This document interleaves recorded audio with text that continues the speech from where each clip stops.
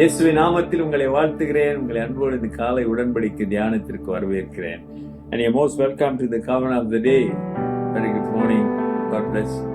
And today is 21st January 2026, Wednesday, புதன்கிழமை. கிறிஸ்துவ வாழ்க்கையிலே நமக்கு பலவிதமான சோதனைகள், பிரச்சனைகள் சாத்தான் கொண்டு வருவான். அவனை ஜெயிப்பதற்கு ஆண்டவர் சொன்னாரு, தொடர்ந்து ஜெபம் பண்ணுங்க அப்படின்னாரு. You know, Satan will bring us temptations and problems and so to win the Satan and the battle, we need to pray, dear brother and sister. Pray give us a victory. ஆமாதானே? ஆக ஜெபிக்கிற ஜனமாக மாற வேண்டும். இப்பொழுது இயேசு வன்மையாக கண்டிக்கிறாரு யூத சமயத்தில் இருக்கிற தலைவர்களை, பாரிசீஸ், சாரிசீஸ், பரிசேயர்கள், சதுசேயர்கள், இவர்கள் எல்லாவற்றையும் வன்மையாக உதாரணங்கள் சொல்லி வன்மையாக கண்டிக்கிறாரு.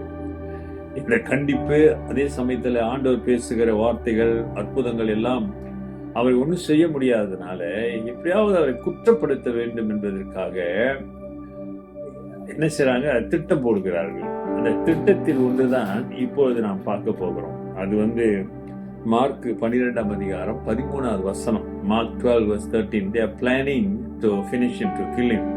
They start to move, அவர் எப்படியாவது பிடித்து விட வேண்டும் என்று. சரி, இந்த வசனத்தில் என்ன பார்க்கிறோம் பாருங்க.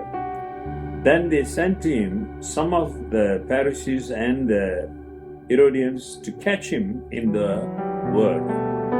அவர்கள் பேச்சிலே அவரை அகப்படுத்தும்படிக்கு பரிசேயரிலும் ஏரோதியரிலும் சிலரை அவரிடத்தில் அனுப்பினார்கள். பரிசேயர் குரூப்ல இருந்து கொஞ்சம் பேரும், ஏரோது அப்படின்னா ரோமர் ஆட்சியாளர், ஏரோதியர்கள். அப்ப ரோமர் ஆட்சியில் இருக்கிற சில பேரையும் அனுப்புறாங்க.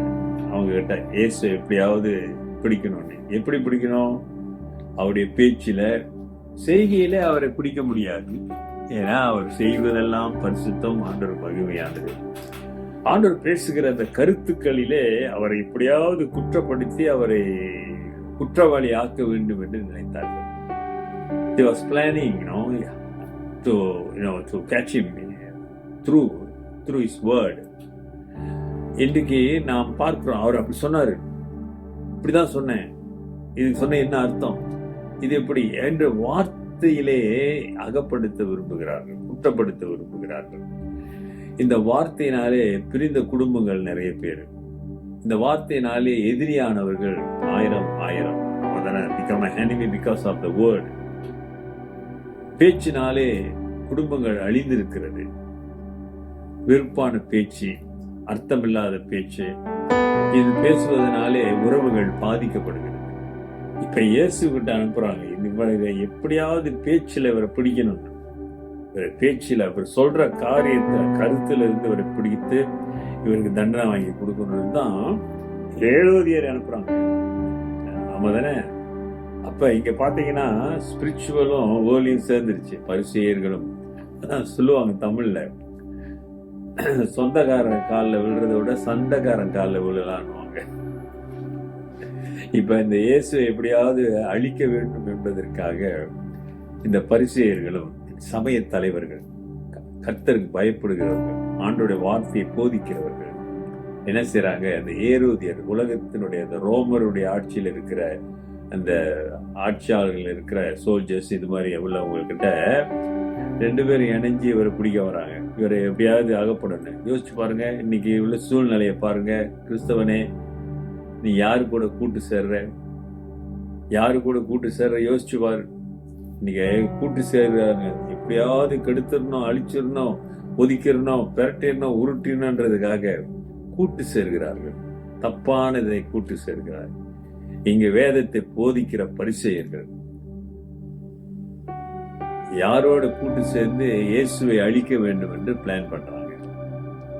சாத்தானும் அப்படித்தான். அருமையானவர்களே, எப்படியாவது நம்ம விசுவாசத்திலிருந்து அழித்து விட வேண்டும், அப்படி விசுவாசத்தை கெடுக்க வேண்டும், உறவை கெடுக்க வேண்டும், ஐக்கியத்தை கெடுக்க வேண்டும் என்பதற்காக பல சதிகளை செய்வோம். அதை மாட்டிடாதீங்க, அதை சிக்கிறாதீங்க, ஒப்பு கொடுங்க. கர்த்தர் வெளிப்படுத்துவார், தொடர்ந்து பேசுவார், பலப்படுத்துவார். ஜெபிப்போம். நல்ல ஆண்டவரே, இந்த காலை வேளைக்காக நன்றியோடு துதிக்கிறோம். ஆண்டவரே, இதோ இன்றைக்கு நீர் கொடுத்த வார்த்தைகளுக்காய் ஸ்தோத்திரம். சாத்தான் பல சதிகளை கொண்டு வருகிறார். மாம்சத்துக்கும் இரத்தத்துக்கும் விரோதம் இல்லை என்று சொன்ன நீங்க உங்களுடைய வசனம், ஆண்டவரே, சாத்தான் எங்கள் உறவுகளை கெடுக்க முயற்சி செய்கிறான் என்பதை நாங்கள் மறக்காதபடி, Lord, help us to understand that the devil planning to destroy our relationship, our fellowship. Give us your wisdom, Lord. ஆண்டவரே, உம்முடைய ஞானத்தை எங்களுக்கு கொடுத்து உம்மிலே நாங்கள் பயந்து அறிந்து உமக்கு பிரியமாய் வாழ உதவி செய்யுங்க. இதோ இன்றைக்கும் இதை பார்த்து கேட்கிற பிள்ளைகள் வாழ்க்கையில ஒரு அற்புதம் இயேசுவின் நாமத்தில் நடப்பதாக. இயேசுவின் நாமத்தில் கேட்கிறோம் பிதாவே, ஆமென். நமது ஆண்டவராகிய இயேசுவுடைய கிருபை, பிதாவின் அன்பு, பரிசுத்தாவின் ஐக்கியம் உங்களோடு உங்களை ஆசீர்வதித்து காப்பதாக. என் ஆத்மாவே கர்த்தரை ஸ்தோத்திரி, என் முழு உள்ளமே அவர் பரிசுத்த நாமத்தை ஸ்தோத்திரி. என் ஆத்மாவே கர்த்தரை ஸ்தோத்திரி, அவர் செய்த சகல உபகாரங்களை மறவாதே. ஆமென். அருமையான கர்த்தருடைய பிள்ளைகளே, இப்படி சாத்தானுடைய திட்டங்களை நாம் அறிந்து கொள்வதற்கு அமர்ந்து ஜெபித்து அவர் நோக்கி பார்க்க வேண்டும். Take care. God bless.